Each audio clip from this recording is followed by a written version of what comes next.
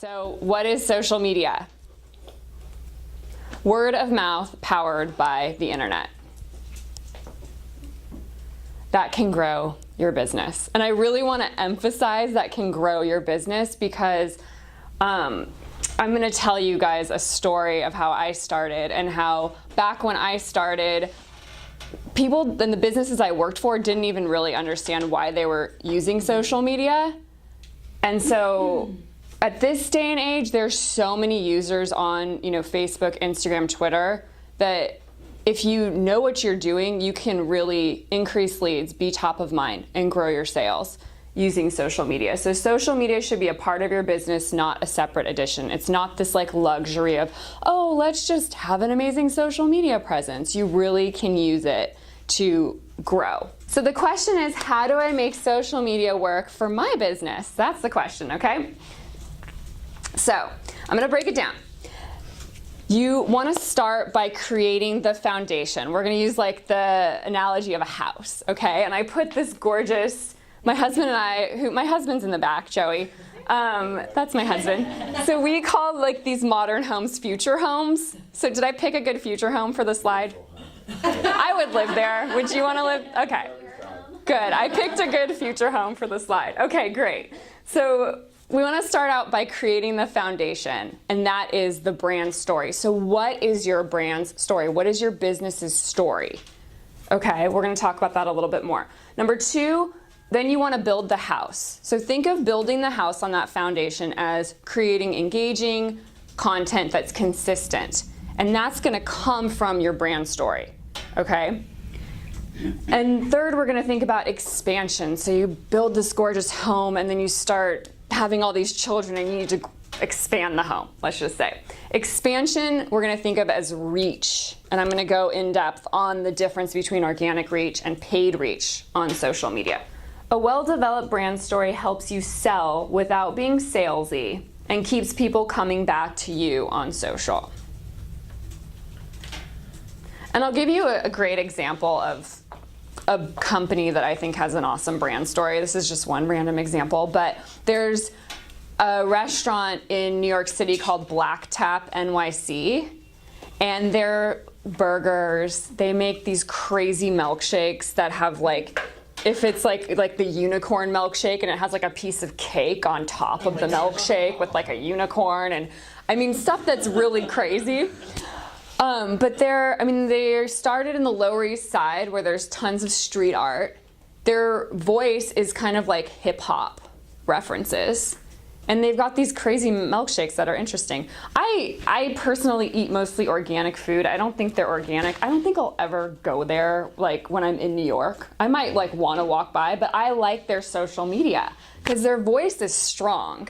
And when they make these videos where they're putting together the crazy milkshake with like a 90s hip hop song that's just like the perfect song for that milkshake, it's so engaging. I would never even probably eat one of those milkshakes, but it's so awesome.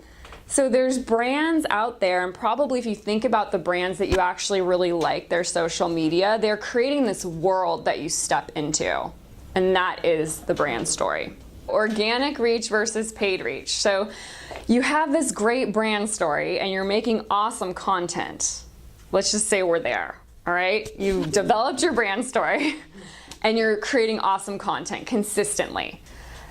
Yet you get 3 likes or you get 14 likes on Instagram on a good day. Or maybe you're getting 50 likes, but you know it could be, you're looking at your competitors or you're looking at these inspirers and you know you could be getting 200 likes. Okay, so what's up with that? What's the deal? All right, so organic versus paid. So organic reach is the reach that you get when you don't pay to promote anything. It's just you have a Facebook page for your business or you have an Instagram account for your business or Twitter and you're posting. So very small amounts of your audience are going to actually see that post. Back in the day, 100% organic. Like I like my food. The feeds were that way. Right. When I started, it was like everybody saw, I would get so many likes on my post because it would go into literally every single person's feed. But how is Facebook going to make money advertising if that's happening? So today, and this has happened slowly over time, Facebook's organic reach is around 1.2%. So even if you have 10,000 followers on your business's Facebook page, only 1.2% will see your post show up in their feed. And Facebook is saying that you should just assume it's going to go down to 0 at some point because it's slowly declining, so it's on its way there. So this was a client that I had about, about 8 or 9 months ago. So this is a great restaurant on the west side, and we were doing a lot of advertising for them on Facebook and on Instagram. This was a Facebook post. It was a really simple video of an oyster special that they had, $2 oysters.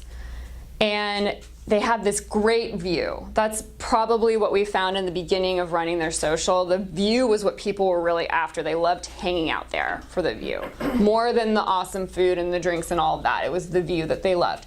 So in this video, it shows the oysters and it pans up and shows the beach. Very simple video. But we were in the back, Facebook Ad Manager, testing audiences, dialing it in. We ended up building this really robust audience of people to target to, and these are local people because this is a local business. If you have, say you do business online where you could be selling to people across the country or, you know, across the world if you ship internationally, then you can really open the targeting up. This was, we just want to hit people that are 10 miles within the restaurant that are likely to come in. So we ran this ad for $5 a day. We ran it for a while, months, because it was doing so well. It ended up acquiring 2,373 new fans for their Facebook page. It reached, over 63,000 people. The video had 22,000 views. The best part of the success of this ad was there were 245 comments, and the comments were people tagging their friends saying, we have to go here, and their friends responding saying, like, tomorrow, next week. That was the best part. And there was 2,371 reactions, so people liking. So that's a lot of buzz to build.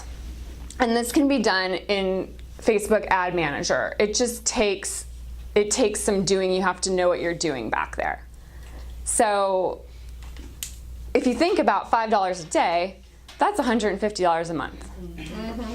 If you think about how much you're bringing in from getting new customers, it's probably not going to be. I mean, if one of your customers pays you $150, when you see them, then, and you're going to continue to see them because they're going to love what you do, the return is pretty high when you know what you're doing in Facebook Ad Manager. So thank you so much for coming or watching this workshop. My name is Lisa Paris of Lisa Paris Social. You can check me out on Instagram at @IamLisaParis or my website www.lisaparissocial.com. Bye.